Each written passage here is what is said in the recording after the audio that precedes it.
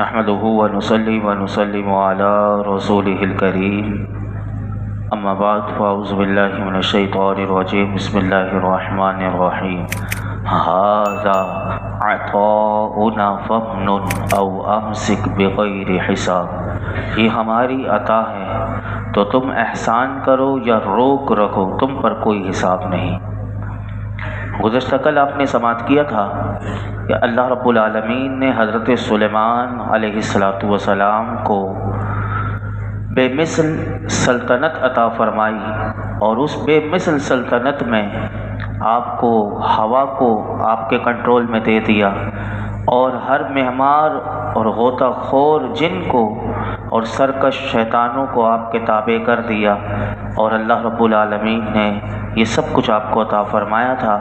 اس آیت کریمہ میں اللہ نے فرمایا حضرت سلیمان علیہ السلام سے کہ یہ ہماری عطا ہے، یعنی یہ ہم نے آپ کو عطا کیا ہے، اب آپ جس پر چاہو احسان کرو، جس سے چاہو روک رکھو، آپ پر کسی قسم کا کوئی حساب نہیں، یعنی آپ کو دینے نہ دینے کا مکمل ہم نے اختیار دے دیا، جیسے مرضی ہو ویسے کریں۔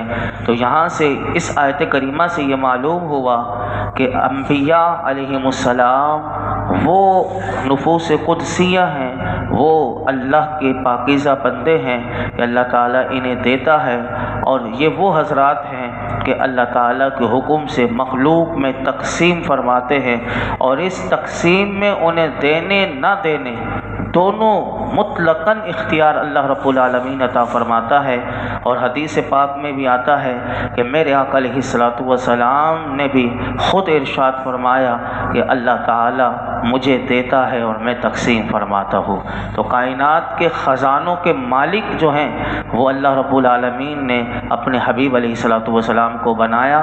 تو میرے آقا کی شان کیا ہے، میں دو حدیث مبارکہ آپ کے سامنے رکھتا ہوں، اور ان حدیث مبارکہ کو ذہن میں رکھیے گا، اور ایسے لوگوں سے بچیے گا کہ جنہوں نے اپنی کتابوں میں یہاں تک لکھا کہ جس کا نام علی یا احمد ہے وہ کسی چیز کے مختار نہیں، وہ مالک نہیں، انہیں کوئی اختیار نہیں، اور وہ اللہ کے نبیوں کا اختیار کا بالکل انکار کر دیتے ہیں۔ اور یہ حدیث پاک دیکھیے اور یہ قرآن کی آیت دیکھیے کہ اللہ تعالیٰ خود عطا کرتا ہے، اور فرمایا یہ ہماری عطا ہے، تم چاہو تو جس پر چاہو احسان کرو یا روک رکھو، تم پر کوئی حساب نہیں۔ آئیے میں دو حدیث پاک آپ کے سامنے رکھتا ہوں۔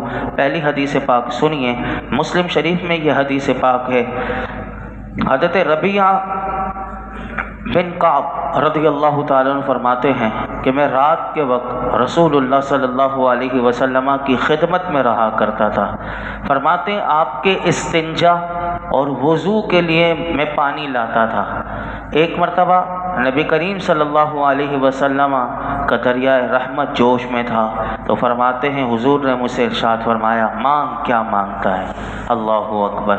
حضرت ربیعہ کو حضور نے مطلق فرمایا جو مانگنا ہے مانگ، فرمایا یہ نہیں کہا کہ دنیا مانگ لے، یہ بالکل مطلقاً فرمایا مانگ کیا مانگتا ہے۔ تو حضرت ربیعہ جو صحابی رسول ہیں انہوں نے کیا مانگا، وہ عرض کرتے ہیں میں نے عرض کی یا رسول اللہ میں آپ سے جنت کے رفاقت کا سوال کرتا ہوں، تو میرے آقا نے فرمایا اس کے علاوہ اور کچھ، تو میں نے عرض کی مجھے یہی کافی ہے۔ ارشاد فرمایا پھر زیادہ سجدے کر کے میری مدد کرو، یعنی میرے آقا نے انہیں جنت میں اپنی رفاقت عطا کر دی، اور فرمایا کہ لیکن تم زیادہ سجدے کر کے میری مدد کرو۔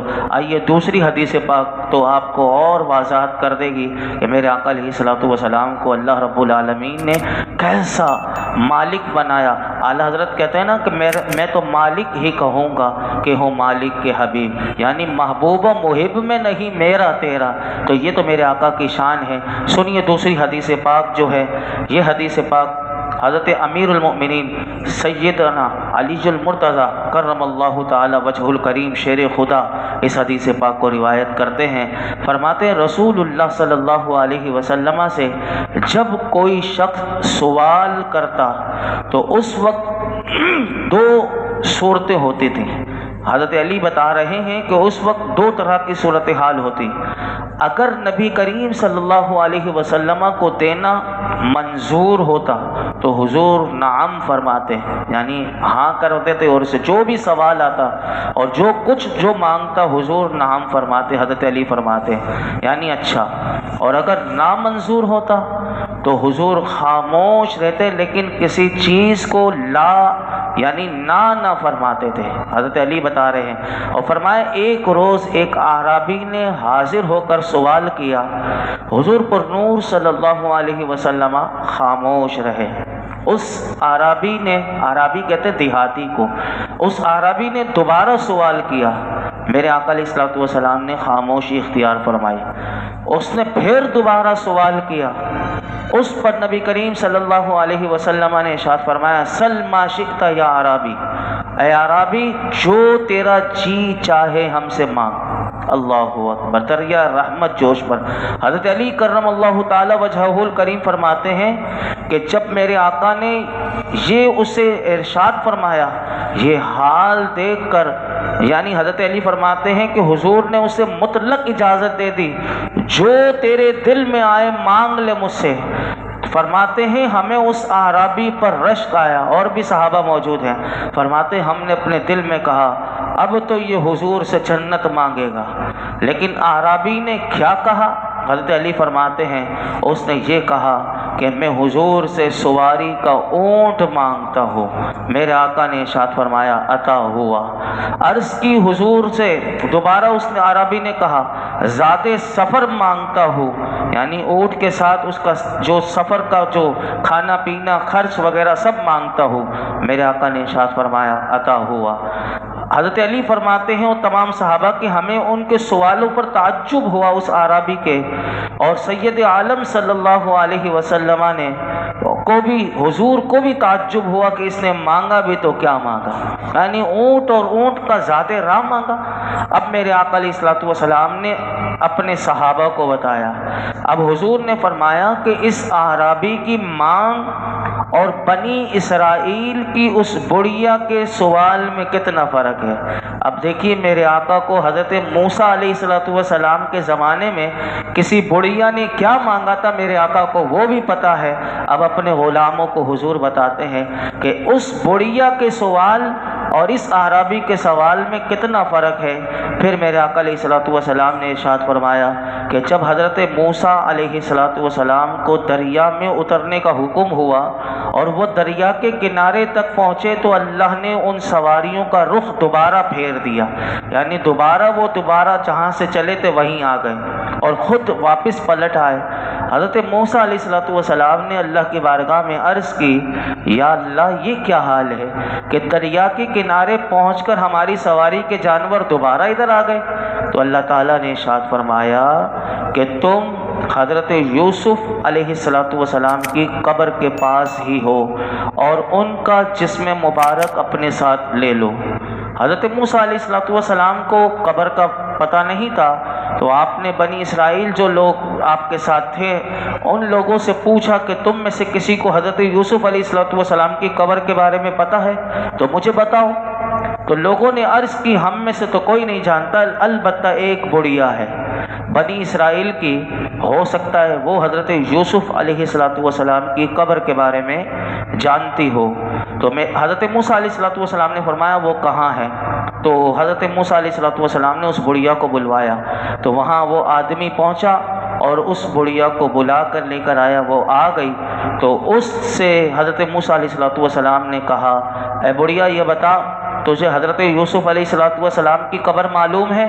اس نے کہا، تو حضرت موسیٰ نے فرمایا تو پھر مجھے بتا دے۔ اس نے عرض کی خدا کی قسم میں اس وقت تک نہ بتاؤں گی جب تک آپ مجھے وہ عطا نہ فرما دے جو میں آپ سے مانگوں۔ تو حضرت موسیٰ علیہ الصلوۃ والسلام نے فرمایا تیری عرض قبول ہے، مانگ، کیا مانگتی ہے؟ تو اس بڑھیا نے کہا میں آپ سے یہ مانگتی ہوں کہ جنت میں آپ کے ساتھ رہوں اور جنت میں جس درجے میں آپ ہوں وہیں میں بھی رہوں، یعنی جنت بھی چاہیے، جنت میں رفاقت بھی آپ کی چاہیے، جس مقام جس درجے پر اللہ آپ کو رکھے وہیں مجھے بھی وہیں ٹھکانا چاہیے۔ تو حضرت موسیٰ علیہ الصلوۃ والسلام نے فرمایا جنت مانگ لے۔ اس سے بڑا درجہ یعنی ہمارے درجوں میں کیوں مانگتی ہے؟ یعنی جنت مانگ لے تجھے یہی کافی ہے، اتنا بڑا سوال نہ کر۔ تو بڑھیا نے حضرت موسیٰ علیہ السلام سے کہا، یہ حدیث پاک سنا رہا ہوں، یاد رکھیے گا کوئی میں اپنی طرف سے نہیں آپ کو کوئی الفاظ ایڈ کر کے، سارے وہی الفاظ جو ہیں میں آپ کے سامنے وہی عرض کر رہا ہوں۔ تو اس بڑھیا نے کہا، خدا کی قسم میں نہ مانوں گی مگر یہی کہ آپ کے ساتھ رہوں۔ تو حضرت موسیٰ علیہ السلام اس سے یہی رد و بدل کرتے رہے، جنت مانگ لے، اتنا بڑا سوال نہ کر۔ اللہ تعالیٰ نے وہی بھیج دی۔ میرے آقا بتا رہے ہیں اپنے صحابہ کو، اے موسیٰ وہ جو مانگ رہی ہے تم اسے وہی عطا کر دو، اس میں تمہارا کچھ نقصان نہیں۔ اللہ تعالیٰ نے وہی بھیجی، حضرت موسیٰ علیہ السلام نے اسے جنت میں اپنی رفاقت عطا فرما دی، اور اس نے حضرت یوسف علیہ السلام کی قبر کا پتہ بتا دیا، اور حضرت موسیٰ علیہ السلام حضرت یوسف علیہ السلام کا جسم مبارک لے کر آپ دریا سے پار کر گئے۔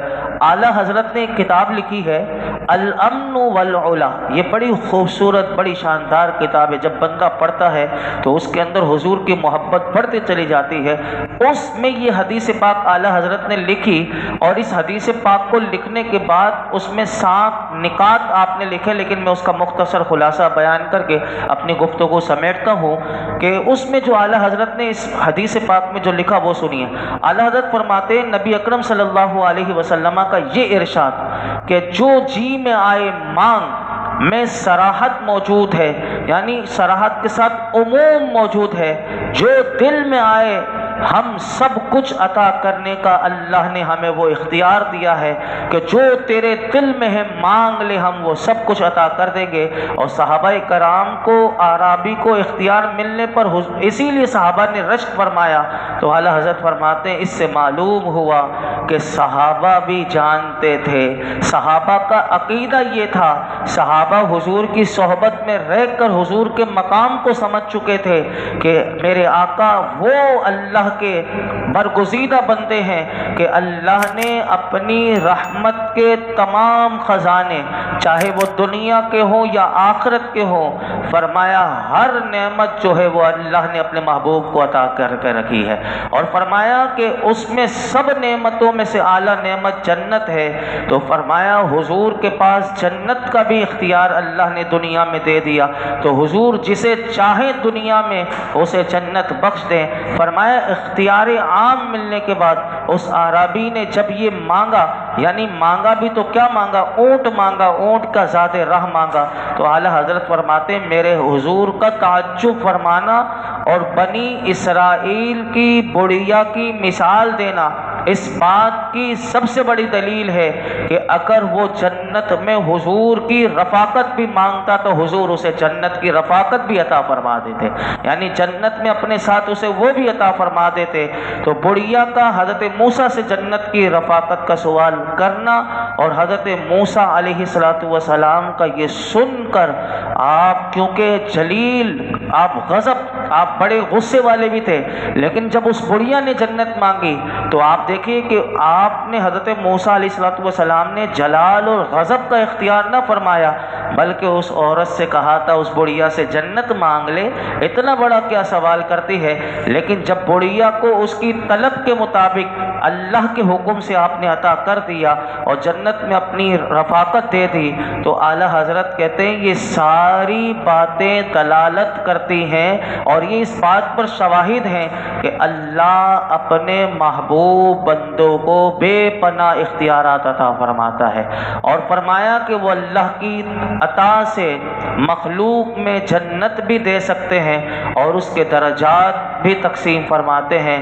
تو اس سے یاد رکھیے گا کہ مخلوق کا اللہ کے نبی سے جنت مانگنا اور اس کے اعلیٰ درجات مانگنا یہ کوئی شرک نہیں۔ اگر شرک ہوتا تو موسیٰ علیہ السلام پہلے روکتے اور پھر میرے آقا کہتے اللہ سے جنت مانگو، مجھ سے کیا جنت مانگتے ہو۔ لیکن حضرت موسیٰ نے بھی جنت عطا کی اور اپنی رفاقت بھی عطا کی، اور میرے آقا نے بھی کہ اگر وہ مجھ سے وہ جنت مانگے مانگتا تو میں اسے وہ بھی عطا کر دیتا۔ تو یہ میرے آقا کی شان ہے۔ فرمایا وَإِنَّ لَهُ عِندَنَا لَزُلْفَىٰ وَحُسْنَ مَآبٍ، اور بے شک اس کے لیے ہماری بارگاہ میں ضرور قرب اور اچھا ٹھکانہ ہے۔ اللہ تعالیٰ نے ارشاد فرمایا کہ ہم نے جو حضرت سلیمان کو جو نعمتیں جو بیان کی گئیں وہ تو عطا کی ہیں، دنیا میں ساری عطا کی ہیں، لیکن سنو میرے سلیمان کو میں آخرت میں جو عطا کروں گا، دنیا کی اس عظیم سلطنت کے بعد بھی سن لو لوگو، آخرت میں بھی ہماری بارگاہ میں سلیمان کے لیے اچھا قرب بھی ہے، اچھا ٹھکانہ ہے، اور وہ ٹھکانہ جنت ہے۔